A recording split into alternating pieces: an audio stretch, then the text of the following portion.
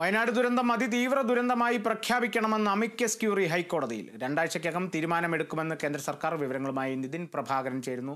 നിതിൻ, ഇപ്പോൾ amicus curiae ഹൈക്കോടതിയിൽ തന്നെ ആവശ്യപ്പെട്ടിരിക്കുന്നു അതിതീവ്ര ദുരന്തമായി പ്രഖ്യാപിക്കണമെന്നുള്ളത്. എങ്ങനെയാണ് ഇനി കൂടുതൽ വിവരങ്ങൾ?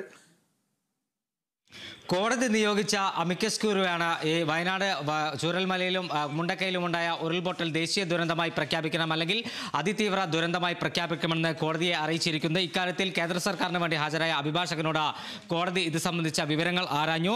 വയനാട് ദുരന്തം ഏതു വിഭാഗത്തിൽ പെടുന്നതാണെന്ന് ഉന്നതതല സമിതി പരിശോധിക്കുകയാണെന്നും തീരുമാനം രണ്ടാഴ്ചക്കകം ഉണ്ടാകുമെന്നും കേന്ദ്ര സർക്കാർ കോടതിയെ അറിയിച്ചു. പ്രത്യേക സഹായം സംബന്ധിച്ച തീരുമാനം ഇതിനനുസൃതമായി ഉണ്ടാകുമെന്നും കേന്ദ്ര സർക്കാർ കോടതിയിൽ വ്യക്തമാക്കി. നഷ്ടപരിഹാരം കിട്ടുന്നില്ല എന്ന വാർത്ത വരുന്നുണ്ടോ എന്ന് സർക്കാരിനോട് കോടതി ചോദിച്ചു. എന്നാൽ ട്രഷറി അക്കൗണ്ട് വഴിയോ ബാങ്ക് അക്കൗണ്ട് വഴിയോ നഷ്ടപരിഹാരം നൽകാൻ സംവിധാനം ഉണ്ടാക്കണമെന്നും കോടതി ആവശ്യപ്പെട്ടു. വയനാട് ദുരന്തത്തിലുമായി ബന്ധപ്പെട്ട നിരവധി ആളുകൾക്ക്, ഇരകളാക്കപ്പെട്ട ആളുകൾക്ക് കൃത്യമായ നഷ്ടപരിഹാരവും പുനരധിവാസവും ഉറപ്പുവരുത്താൻ കഴിയുന്നില്ലെന്ന ഇരകൾ തന്നെ ആക്ഷേപം ഉന്നയിച്ചിരുന്നു. ഇന്ന് വയനാട് കലക്ടറേറ്റിന് മുന്നിൽ ഇരകളുടെ ധർണയും നടക്കുകയാണ്. ഈ സാഹചര്യത്തിൽ കൂടിയാണ് ഹൈക്കോടതി ഇന്ന് കേസ് പരിഗണിച്ചപ്പോൾ ഉണ്ടായ നിർണായകമായ ചോദ്യം എന്നത് ഏറെ പ്രസക്തമാണ്. എന്തായാലും രണ്ടാഴ്ചക്കകം തന്നെ ഇക്കാര്യത്തിൽ വയനാട് മുണ്ടക്കയിലും അതോടൊപ്പം തന്നെ ചൂരൽമലയിലും ഉണ്ടായ ഉരുൾപൊട്ടൽ അതിതീവ്ര ദുരന്തമായി പ്രഖ്യാപിക്കുമോ ഇല്ലേ എന്ന കാര്യത്തിൽ കേന്ദ്ര സർക്കാർ തീരുമാനം എടുക്കുമെന്ന് സർക്കാർ ഇപ്പോൾ രേഖാമൂലം കോടതിയെ അറിയിച്ചിരിക്കുകയാണ്.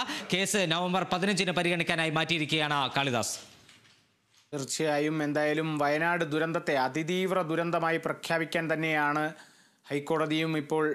ഹൈക്കോടതി നിയോഗിച്ച അമിക്കസ് ക്യൂറിയും ഇപ്പോൾ പറഞ്ഞിരിക്കുന്നത്. എന്തായാലും അതിൻ്റെ ഒരു തീരുമാനം രണ്ടാഴ്ചയ്ക്കകം കേന്ദ്ര സർക്കാർ അറിയിക്കാമെന്ന് തന്നെയാണ് കോടതിയോടും പറഞ്ഞിരിക്കുന്നത്. നേരത്തെ തന്നെ സംസ്ഥാന സർക്കാരും ആവശ്യപ്പെട്ടിരുന്നു ഈയൊരു മുണ്ടക്കൈ ചൂരൽമല ദുരന്തത്തെ അതിതീവ്ര ദുരന്തമായി പ്രഖ്യാപിക്കണമെന്ന്. എന്നാൽ അതിലൊക്കെ ഒരു കാലതാമസമുണ്ടായി.